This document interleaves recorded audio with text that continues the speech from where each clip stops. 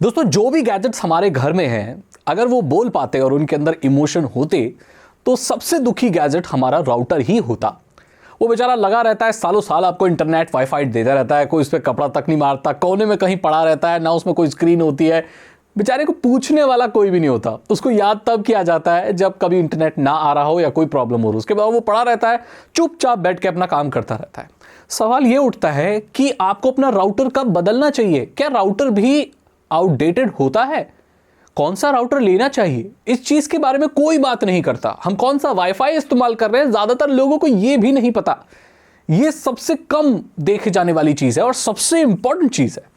आपको पता है कि वाईफाई के अलग अलग स्टैंडर्ड हैं जो अलग अलग साल में आए थे।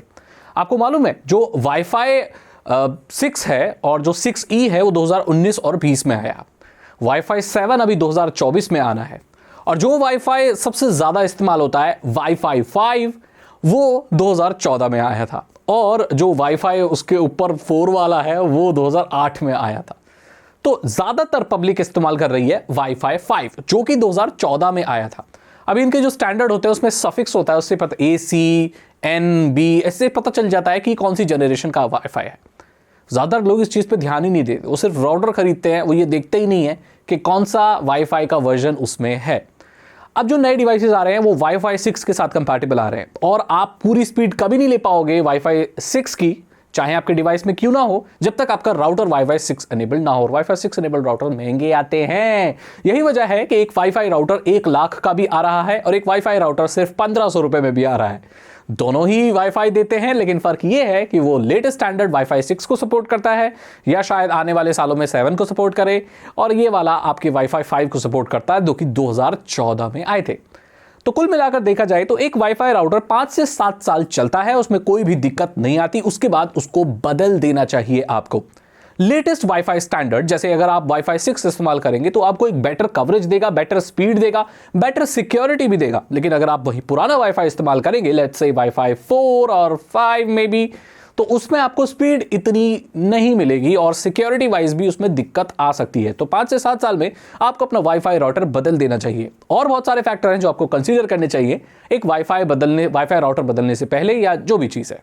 देखो, जब आपका वाईफाई राउटर चल रहा है और बीच बीच में आपका इंटरनेट जाने लगे और वो आपके वाईफाई राउटर को ऑन करके ऑफ करने से फिक्स हो जाए, ये एक बहुत बड़ा साइन होता है कि आपका वाईफाई राउटर बहुत पुराना है और आपको उसे बदल देना चाहिए। ज्यादातर केसेस में जब वाईफाई राउटर हम लगाते हैं तो वो हम नहीं खरीदते, हमारा सर्विस प्रोवाइडर देता है। जैसे अगर आप कोई लोकल ब्रॉडबैंड लगा रहे हो तो ब्रॉडबैंड वाले भैया लगा के जाते हैं राउटर।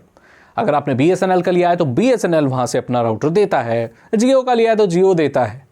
लेकिन होती तो वो राउटर ही है। तो कई बार ये लोग क्या करते हैं, हमें बहुत पुराने स्टैंडर्ड का वाईफाई दे देते हैं, जिससे प्रॉब्लम ये आती है कि हमें वो सेफ्टी, सिक्योरिटी, स्टेबिलिटी नहीं मिलती है। तो आप एक बार चेक कर लीजिए, ये जितनी भी कंपनियां हैं ना जो आपको राउटर देती हैं, ये खुद नहीं बनाती हैं। क्या आपको क्या लगता है जियो खुद बनाती हुई राउटर को, या BSNL खुद राउटर बनाता है? नहीं, दूसरी कंपनियों का इस्तेमाल करके उसमें अपनी ब्रांडिंग देकर आपको देता है। और अंदर से आप चेक करें या थोड़ा बहुत उनके सेटिंग्स पर जाएं तो आपको पता चल जाएगा कि ये कौन सी कंपनी का और कौन सा राउटर है।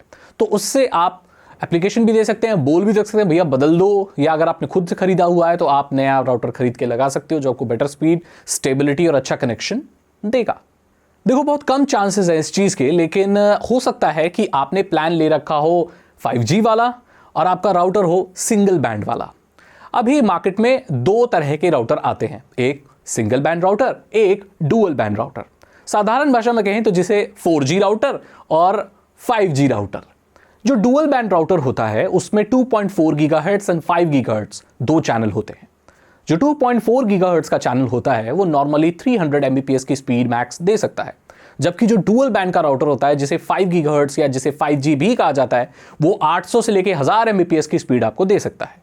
तो अगर आपने ऐसा कोई प्लान लिया हुआ है इंटरनेट का जो 300 Mbps से ऊपर है और आप सिंगल बैंड का राउटर इस्तेमाल कर रहे हो, तो आप अपना पैसा वेस्ट कर रहे हो, क्योंकि आपका राउटर कैपेबल है सिर्फ 300 Mbps की मैक्स स्पीड देने में, जबकि आपने प्लान ले रखा है 1000 Mbps या 800 Mbps का।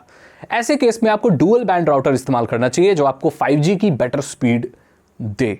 और यही अगर आपने 300 Mbps से कम का राउटर मतलब प्लान ले रखा है तो कोई फायदा नहीं है एक डुअल बैंड राउटर खरीदने का, क्योंकि आपके ज्यादा पैसे लग रहे हैं और अब उससे ज्यादा आपका कनेक्शन है नहीं। इस चीज का भी ध्यान रखें, इस वजह से भी कई बार आपको स्पीड नहीं मिल पाती। सो एक बार चेक कर लें, अगर आपका राउटर सिंगल बैंड है और अपने प्लान ले रखा है डबल बैंड वाला या हाई स्पीड वाला, तो ये भी वक्त आ गया है दोस्तों कि अपना राउटर आपको बदल देना पड़ेगा। बहुत सारे लोग इस वीडियो को देखने वाले ये जानते ही नहीं होंगे कि राउटर के लिए भी अपडेट्स आते हैं। बहुत सारे लोग तो ये पता होगा फोन के लिए अपडेट्स आते हैं, विंडोज में अपडेट्स आते हैं जिससे अच्छा चलते हैं, सिक्योरिटी में पैचेस लगते हैं, नए नए फीचर ऐड होते हैं। आपको पता है आपके राउटर में भी सिक्योरिटी के अपडेट्स, फर्मवेयर अपडेट्स आते हैं? ज्यादातर लोगों को यह नहीं पता, क्योंकि ज्यादातर लोग ऐसे राउटर इस्तेमाल करते हैं जो ऑलरेडी आउटडेटेड हो गए होते हैं, जो बहुत पुराने वाईफाई स्टैंडर्ड के होते हैं।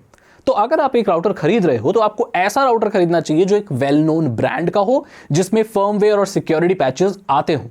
मानो ना मानो, वाईफाई में भी वल्नरेबिलिटी निकलती है और ये बहुत सारे राउटर के ब्रांड्स में भी निकलती है। कई बार ऐसे राउटर भी होते हैं जो किसी सिक्योरिटी ब्रीच का हिस्सा हो जाते हैं, जिसके फर्मवेयर लीक हो जाते हैं, बहुत सारी प्रॉब्लम होती है। ऐसे में आप बहुत बड़े साइबर अटैक का हिस्सा हो सकते हो, एक शिकार हो सकते हो। तो आपको ऐसा राउटर खरीदना चाहिए जो सेफ एंड सिक्योर हो, जिसके लिए सिक्योरिटी पैचेस रेगुलरली आते हो। अगर आपके राउटर के लिए सिक्योरिटी पैचेस बहुत सालों से नहीं आए हैं, लेट्स से 3 साल 4 साल से, तो ये भी एक वक्त है दोस्तों कि आपको अपना राउटर बदल देना चाहिए। ये मेरी बातें बहुत अजीब लग रही होंगी आपको कि यार राउटर में कौन अपडेट करता है, लेकिन सिक्योरिटी के हिसाब से देखा जाए तो ये बहुत इंपॉर्टेंट है। कोई फर्क नहीं पड़ता अगर ज्यादातर लोग इस पर ध्यान नहीं दे रहे, जो चीज सही है वो सही है। सवाल अब उठता है कि क्या आपको अपना राउटर बदलना चाहिए? जो मैंने फैक्टर्स बताए इतने सारे, अगर उनमें कहीं भी आप फिट होते हो तो आपको बदल देना चाहिए। अगर इन सारे फैक्टर्स में आप फिट नहीं होते तो कोई प्रॉब्लम नहीं है, जो राउटर चला रहे हो वही चलाते रहो, बट हाँ मेक श्योर उस बेचारे को साफ रखा करो। कि कई बार क्या होता है कि अगर आप फाइबर ऑप्टिक इस्तेमाल करते हैं तो वहाँ पोर्ट में गंदी घुस जाती है, जिसकी वजह से आपका इंटरनेट चलता ही नहीं है भाई। तो थोड़ा साफ सुथरा रखो इस डिवाइस को और थैंक करो उसे, क्योंकि वो इंटरनेट प्रोवाइड करता है, जिससे आपके घर के सारे गैजेट्स, स्मार्ट टीवी, स्मार्टफोन या जो भी चीज़ आप चलाते हो वो चल पाते हैं। अगर आपको ये वीडियो अच्छी लगी तो इसे लाइक करें, अपने दोस्तों के साथ शेयर करें। साइबर सिक्योरिटी और एथिकल हैकिंग में इंटरेस्ट है तो डिस्क्रिप्शन चेक करें और मेरे चैनल को सब्सक्राइब करने के साथ साथ बेल आइकन को प्रेस करें। और अगर आप टेक्नोलॉजी में कुछ भी पूछना चाहते हैं तो कमेंट सेक्शन में लिखें, मैं उसके ऊपर वीडियो जरूर बनाऊंगा। मैं मिलता हूं आपसे अगली वीडियो में। Thank you so much and good